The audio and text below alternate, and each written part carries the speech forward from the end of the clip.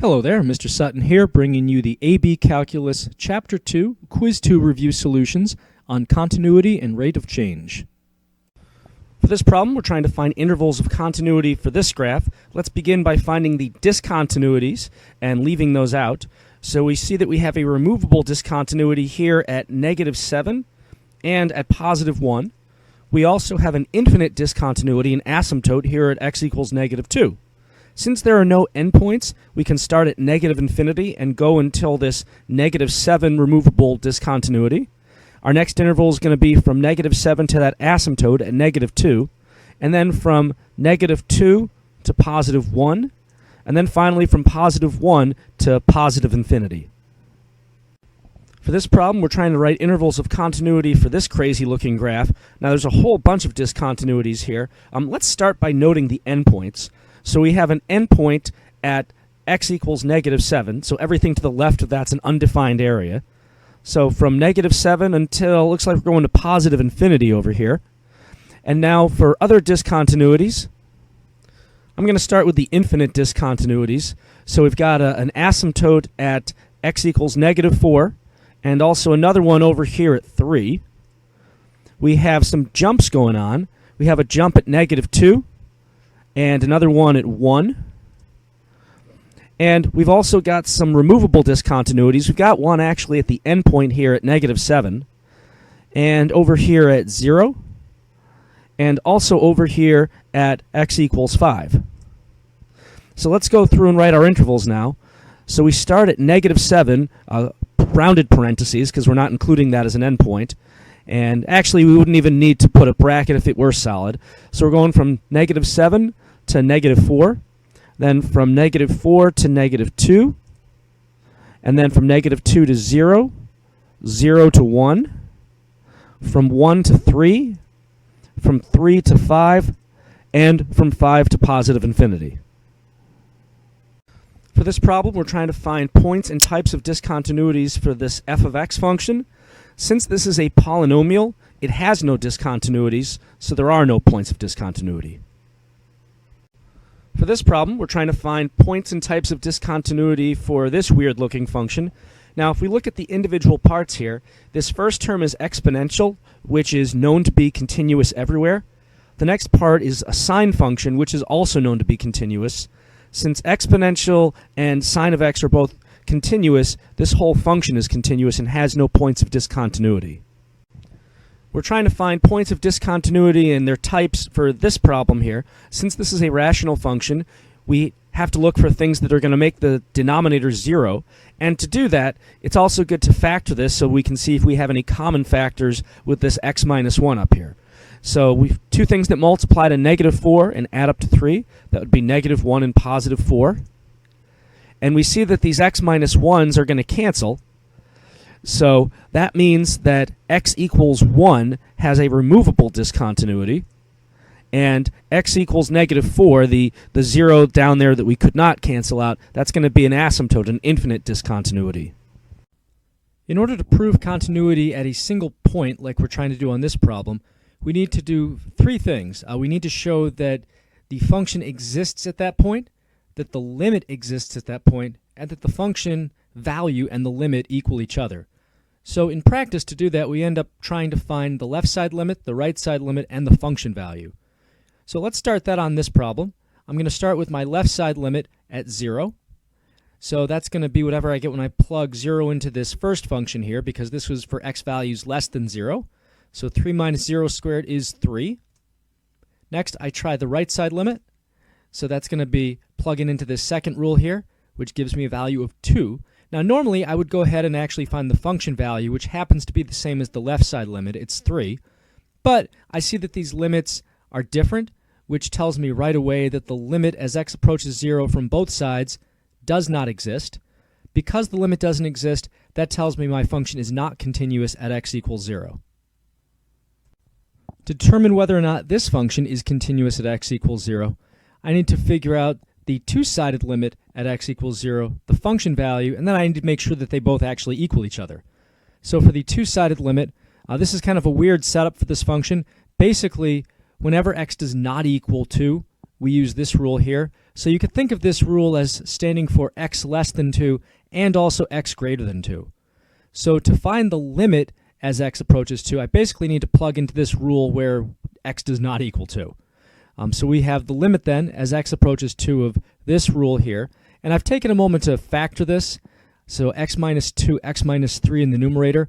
Because in order to actually find this limit, I mean, if you just plug 2 in, you've got 0 over 0.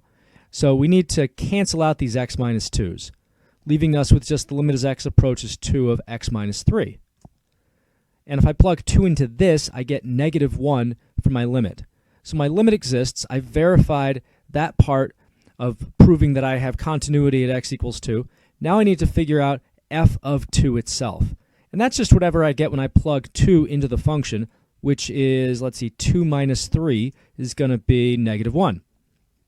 To show that I have continuity at this point, I need to actually state that my limit of f of x as x approaches 2 and f of 2 equal each other. This tells me that first off, these two things exist, which is conditions 1 and 2 of continuity, and that they equal each other all in one shot. But to say that they existed, we needed to show all this stuff up here. Alright, so since I have these two things equaling each other, I know that my function is continuous at x equals 2. For this problem, we're trying to find a value for this a in here that makes this function continuous. So in order to make the function continuous, we have to start by checking the left and right side limits and the function value at 3 with this a sort of hanging around.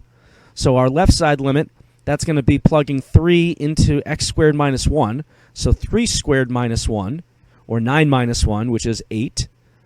And now the right side limit and the function value, f of 3, are both going to involve plugging 3 into this rule here. So 2a times 3, which is 6a. So we know that the right side limit, the function value, and the left side limit all have to equal each other. So that means 6a and 8 must equal each other.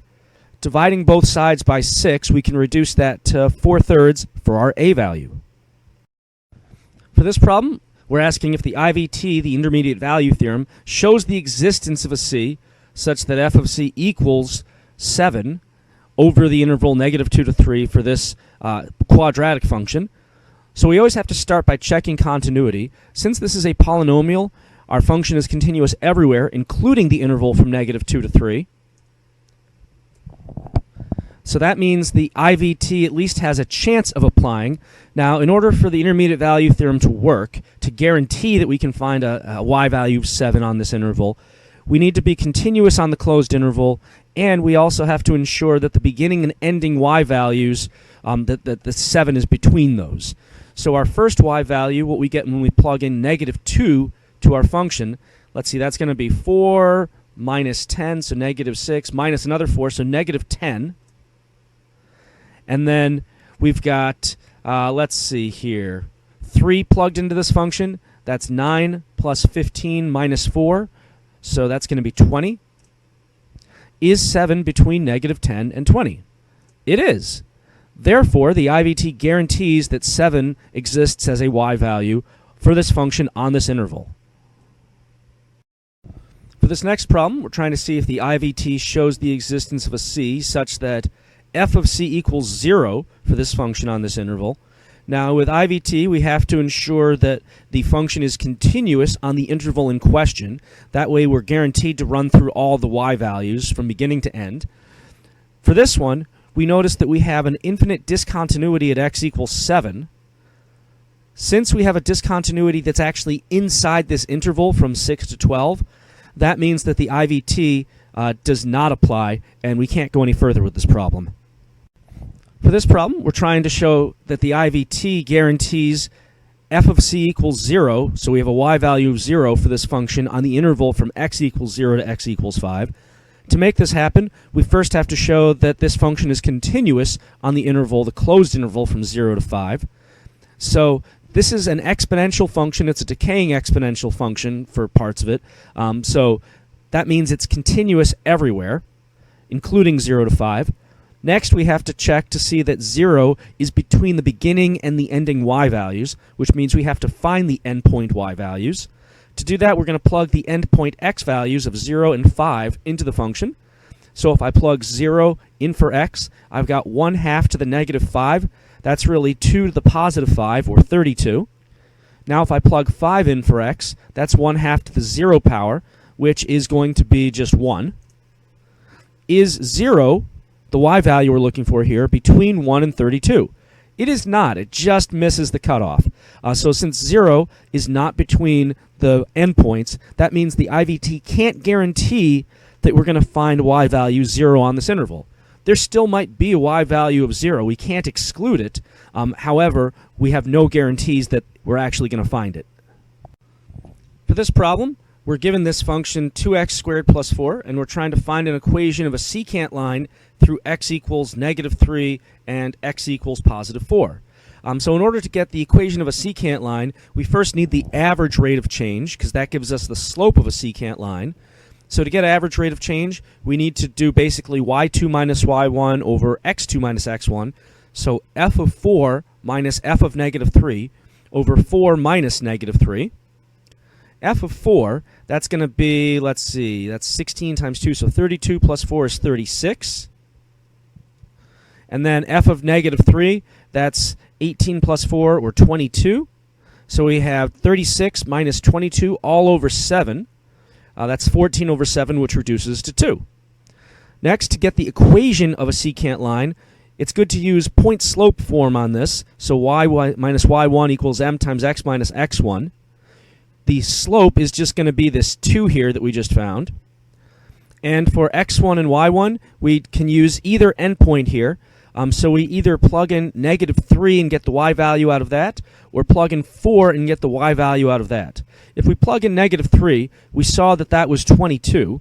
So at the point -3 comma 22, we can write y minus 22 equals our slope of 2 times x minus -3, or x plus 3. And we could also use the point 4 comma 36 if we wanted to. That would give us y minus 36 equals 2 times x minus 4. For this problem, we're using the function 2x squared plus 4, and we're asked to write an expression for the slope of a tangent line at x equals 5. So if you want the slope of a tangent line, you're looking for the instantaneous rate of change, or the derivative. So that's going to be using this limit formula here. Limit as x approaches 0 of f of x plus h minus f of x over h. Basic idea is you're finding the slope as the distance between 2 points, which we call h, becomes infinitely small. So our x value that we're plugging in this case, they gave us an x value, so we can plug 5 in for this x. So we've got 5 plus h and 5. And the actual function itself just squares things, multiplies by 2, and adds 4. So we're going to be having 2 times 5 plus h squared plus 4, because that's in the formula for f. And then we're just going to be subtracting 2 times 5 squared plus 4, all in a big parentheses. And this gives us an expression that we could eventually evaluate to find the slope of the tangent line. Now for the next part of the question, they want us to find the equation of the tangent line through x equals 5 if the limit in this part here, part A, evaluates to 20. So for this, we're going to use point slope, y minus y1 equals m times x minus x1. We'll start with the point here. We have the x value 5. Plugging that into the function for a y value, we've got 2 times 25 plus 4, so 54. And then we also have the slope that they just gave us of 20. So plugging all that in, we've got y minus 54 equals 20 times x minus 5. And now finally, the equation of the normal line through x equals 5, not -2, 5, just to keep it consistent with this.